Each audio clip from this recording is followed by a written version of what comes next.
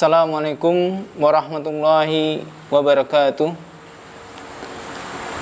Innal hamdalillah nahmaduhu wa nasta'inuhu wa nastaghfiruhu wa na'udzu billahi min sururi anfusina wa min sayyiati a'malina. May yahdihillahu fala mudhillalah wa may yudlilhu fala hadiyalah.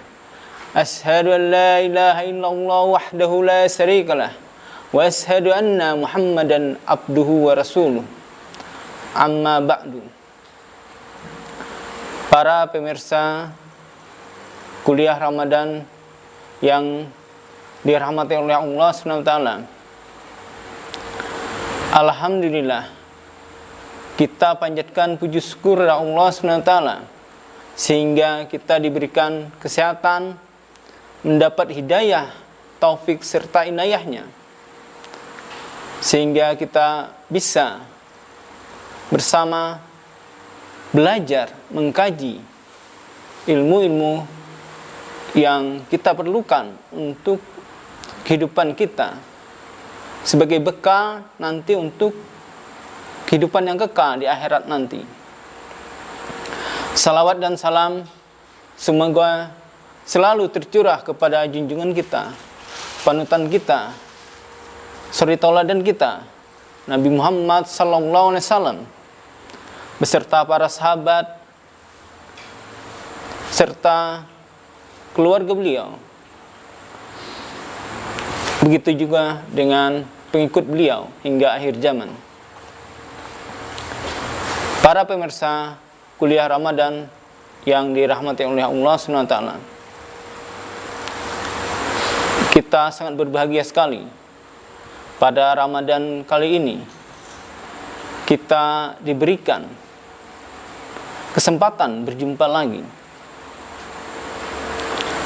Sebagaimana kita ketahui, musim terus berganti, dan kita sekarang akan membahas bagaimana keadaan yang fenomena di negeri ini. Setiap terjadi musim hujan, tidak asing lagi terjadi musibah banjir. Pada kesempatan kali ini kita akan bahaskan bagaimana teknologi bendungan dan upaya pencegahan banjir. Para pemirsa kuliah Ramadan yang dirahmati oleh Allah SWT, sebagaimana kita ketahui, sejarah telah membuktikan, sejarah telah mencatat bagaimana kehidupan orang-orang terdahulu, khususnya kehilafahan Islam. Ini mereka membuat pengenangan terhadap banjir melalui tiga aspek yang perlu mereka perhatikan. Yang pertama, bagaimana kebijakan pencegahan, artinya sebelum terjadinya banjir itu sendiri. Yang kedua, kebijakan yang dilaksanakan ketika terjadi banjir itu. Dan yang terakhir, kebijakan yang dilaksanakan ketika pasca banjir. Sejarah telah membuktikan bagaimana pada masa kejayaan Islam, para khalifah ini melakukan pencegahan terhadap peristiwa fenomena alam yang sering terjadi, yaitu banjir. Pertama, mereka akan melakukan identifikasi daerah-daerah yang rawan terhadap banjir, daerah-daerah rendah misalnya. Nah, ini didata, diidentifikasi. Nah, jadi dengan keterbatasan daya tampung dari luapan air, baik itu air sungai maupun air rub dan yang lain. Maka ini mereka usahakan supaya hal yang tidak diinginkan itu bisa dicegah duluan. Bagaimana mereka lakukan? Salah satunya adalah bagaimana mereka membuat bendungan. Dan sejarah itu mencatat bagaimana bendungan-bendungan itu masih dapat kita lihat, bahkan fungsinya masih dapat kita manfaatkan sampai sekarang. Di benua-benua Eropa contohnya, benua-benua Islam di Jazirah Arab, yang mana dulu itu dikuasai oleh kekhalifahan. Ini banyak berdiri bendungan-bendungan yang berguna untuk menampung, untuk mencegah terjadinya luapan air yang ketika musim penghujan ini kapasitasnya, volumenya itu meningkat. Nah, jadi dengan bendungan tadi itu dapat dicegah meluapnya air-air sungai maupun air rub. Nah, jadi juga dicatat oleh sejarah bagaimana mereka juga memanfaatkan bendungan-bendungan tersebut untuk aktivitas, untuk kegiatan-kegiatan lain. Contohnya yang dapat kita rasakan sekarang itu bagaimana pembangkit listrik tenaga air misalnya. Nah, itu luar biasa dengan kemampuan, dengan biaya yang tidak begitu besar dapat menghasilkan sumber energi yang sangat bermanfaat. Nah, ini luar biasa sekali bagaimana upaya-upaya yang dilakukan oleh para pendahulu kita terdahulu. Bagaimana juga mereka membangun bendungan-bendungan itu. Dengan satu bendungan punya beberapa fungsi.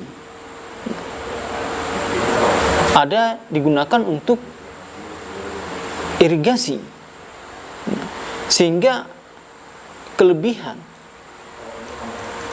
air yang debitnya besar itu dimanfaatkan untuk pengairan bagi kemajuan-kemajuan pertanian misalnya. Itu luar biasa. Nah, sehingga artinya air yang berlimpah ini justru membawa manfaat bagi umat manusia. Para pemirsa kuliah Ramadan yang dirahmati oleh Allah SWT, kita ketahui orang-orang terdahulu dari kita, mereka memang sungguh-sungguh memanfaatkan, sungguh-sungguh membangun untuk kepentingan-kepentingan masyarakat, untuk kepentingan-kepentingan di masa yang akan datang. Apakah mereka itu menggunakan teknologi secanggih sekarang?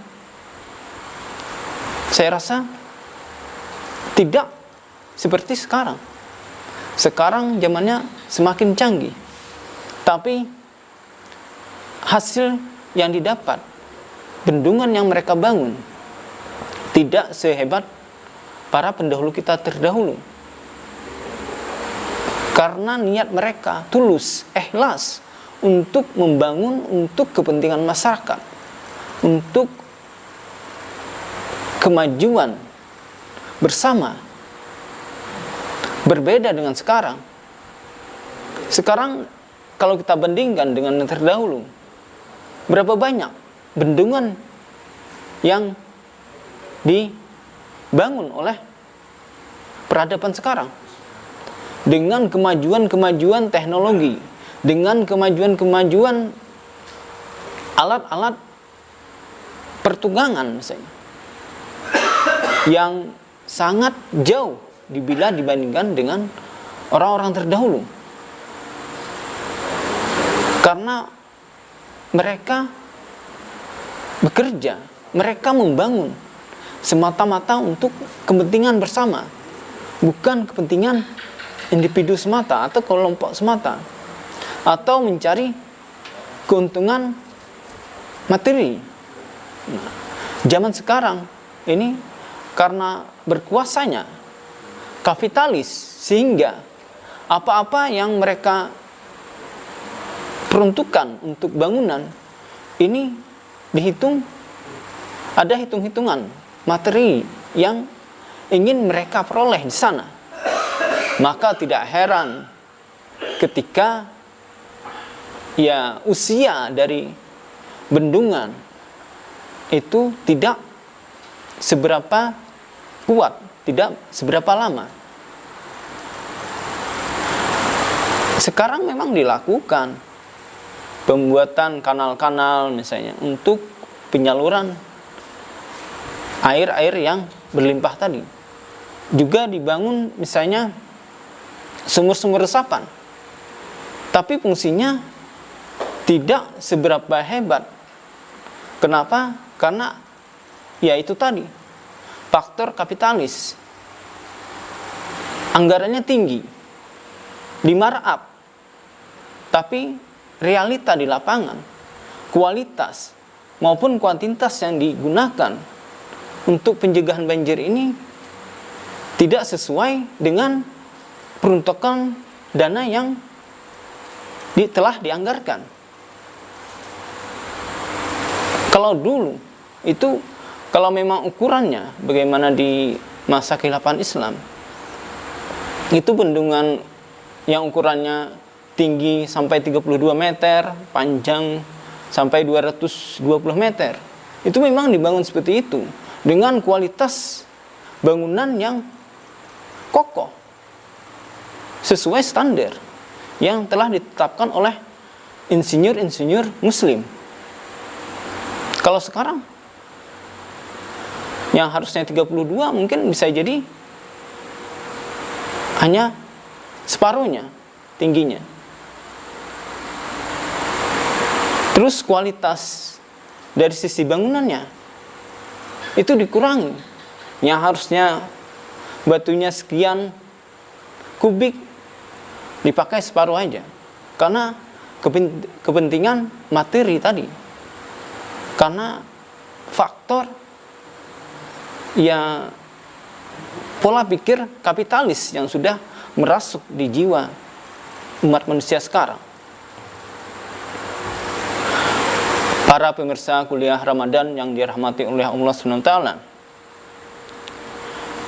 juga dilaksanakan sekarang ini pengurukan terhadap aliran-aliran sungai yang mulai mendangkal misalnya, terhadap muara laut misalnya yang sudah mulai mendangkal.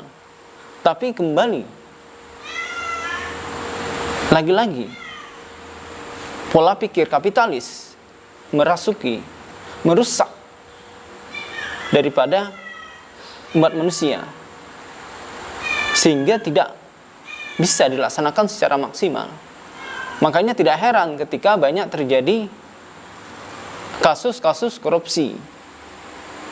Pada kasus Alusista misalnya, bagaimana ya kita ketahui seperti sekarang ini banyak terjadi ya penyalahgunaan dana-dana yang diperuntukkan untuk pencegahan banjir ini, baik itu ketika banjirnya terjadi atau bahkan pasca banjir itu sendiri. Para pemirsa kuliah Ramadan yang dirahmati oleh Allah SWT, bagaimana khalifah sistem Islam ini melakukan ketika banjir terjadi, ini mereka secara tegas, secara ringkas, secara cepat melakukan evakuasi, melakukan bantuan-bantuan terhadap korban-korban bencana banjir ini. Nah, jadi unsur yang dinilai adalah semata-mata kemanusiaan, mencari ridha Allah, bukan materi, sehingga tidak ada terjadi dalam catatan sejarah korupsi dana korban banjir. Nah, para pemirsa kuliah Ramadan yang dirahmati oleh Allah SWT, kita berharap dengan fenomena banjir yang terus melanda khususnya negeri ini, kita harapkan semua kita ambil solusi kepada solusi Islam. Nah, insya Allah dengan solusi Islam ini, banjir itu bukan menjadi musibah lagi, karena memang dilaksanakan semata-mata untuk mencari ridha Allah SWT,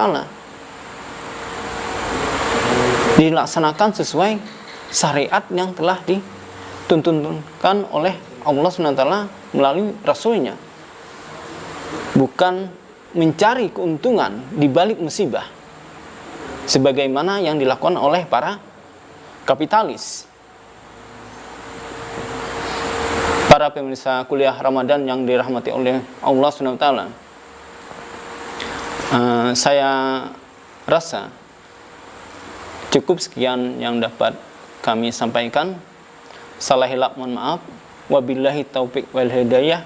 Wassalamualaikum warahmatullahi wabarakatuh.